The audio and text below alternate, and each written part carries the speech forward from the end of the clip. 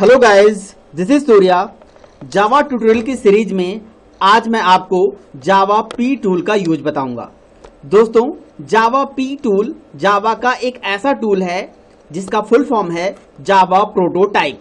यानी कि ये जावा का एक ऐसा टूल है जो किसी भी जावा की प्रोग्राम का प्रोटोटाइप जनरेट करता है। आप ऐसा बोल सकते हैं, जावा पी टूल के थ्रू हम किसी भी बाइट कोड को पार्शियली डीकंपाइल कर सकते हैं।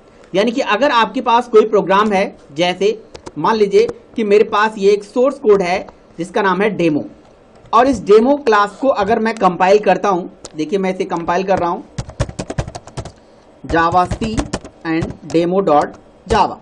जैसे मैंने इस प्रोग्राम को कंपाइल करा, प्रोग्राम के कंपाइल करते ही हमारे पास एक डेमो डॉट क्लास फाइल यहां जनरेट हो गया। अब इस डॉट क्लास फाइल को हम इजिली अगर रीड करना चाहें तो रीड नहीं कर पाते हैं। अब इस डॉट क्लास फाइल से आप फर्दर जावा फाइल अगर बनाना चाहते हो तो यूजिंग जावा पी पॉसिबल है।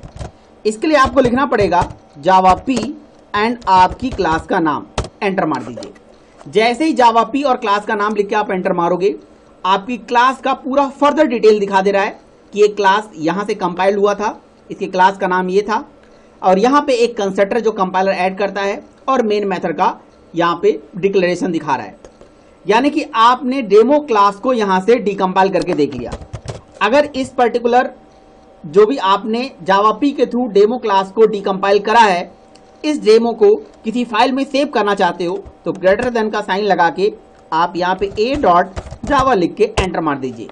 अब बेसिकली होगा कुछ ऐसे कि आपकी जो डेमो नाम का जो बाइट कोड है, इस डेमो डॉट क्लास का पूरा बाइट कोड डीकंपाइल होके a डॉट जावा में यहां पे पेस्ट हो गया होगा। ये देखिए, ये आपके उसी जावा का क्या कह सकते हो, सॉरी बाइट कोड का जावा फाइल है जो कि डीकंपाइल करके आया है। तो इसका मतलब जावा पी एक ऐसा टूल है जो किसी भी क्लास को क्या कर रहा है, डीकंपाइल कर रहा है। ठीक है, अब और वो भी 100% नहीं, पार्शियली डीकंपाइलेशन कर रहा है।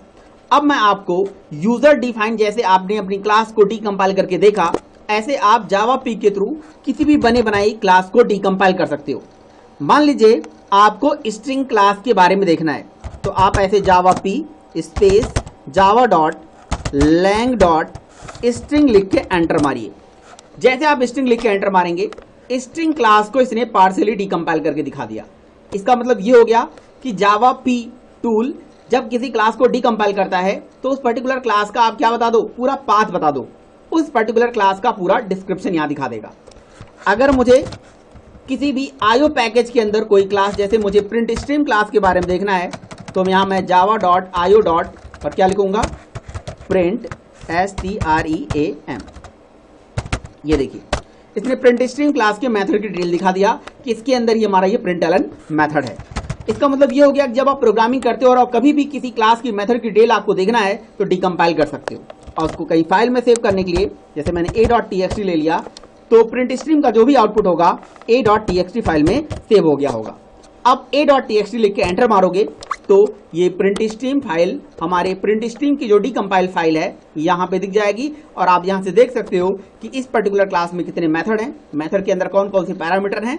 लेकिन जावा पी 100% डीकंपाइलेशन नहीं करता, पार्शियली डीकंपाइलेशन करता है। गाइस, जावा पी टूल के बहुत सारे ऑप्शंस भी हैं। जैसे आप जब जावा पी यूज करते हो, जैसे आपने जावा पी लिखा तो इसके साथ बहुत सारे ऑप्शंस, बहुत सारे स्विचेस चलते हैं, जैसे -c, -s, -verbose। ये जो -p या -s या -verbose होता है, इनका डिफरेंट पर्पज होता है। जैसे अगर मान लीजिए आपने जो डेमो डॉट क्लास फाइल आपने जनरेट करा है और आपने जावा पी करके -s लगा दिया एंड देन आपने लिख दिया डेमो, तो बेसिकली ये क्या करेगा, ये देखिए, ये आपकी ये जो बाइट कोड हमारा बना हुआ है, इस बाइट कोड के अंदर के जो मेथड हैं, मेथड के सिग्नेचर्स हैं, उन सिग्नेचर का डिस्क्रिप्शन दिखा रहा है कि इस पर्टिकुलर बाइट कोड में कौन कौन से मेथड्स हैं और उन मेथड के सिग्नेचर में क्या चेंजेस हुए हैं। अगर आपने यहाँ पे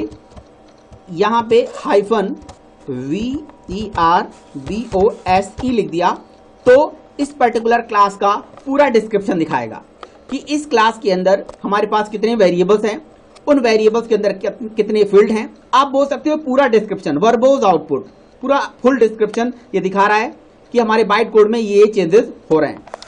अगर आपने यहां जावा पी के साथ -c नाम का फ्लैग यूज कर लिया तो बेसिकली ये क्या करेगा, हमारे क्लास के अंदर आने वाले या होने वाले, आप बोल सकते हो, असेंबली इंस्ट्रक्शंस को जनरेट करके दिखाता है।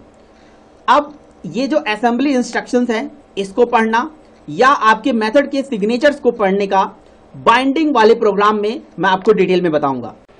Guys, a big thank you for watching my videos.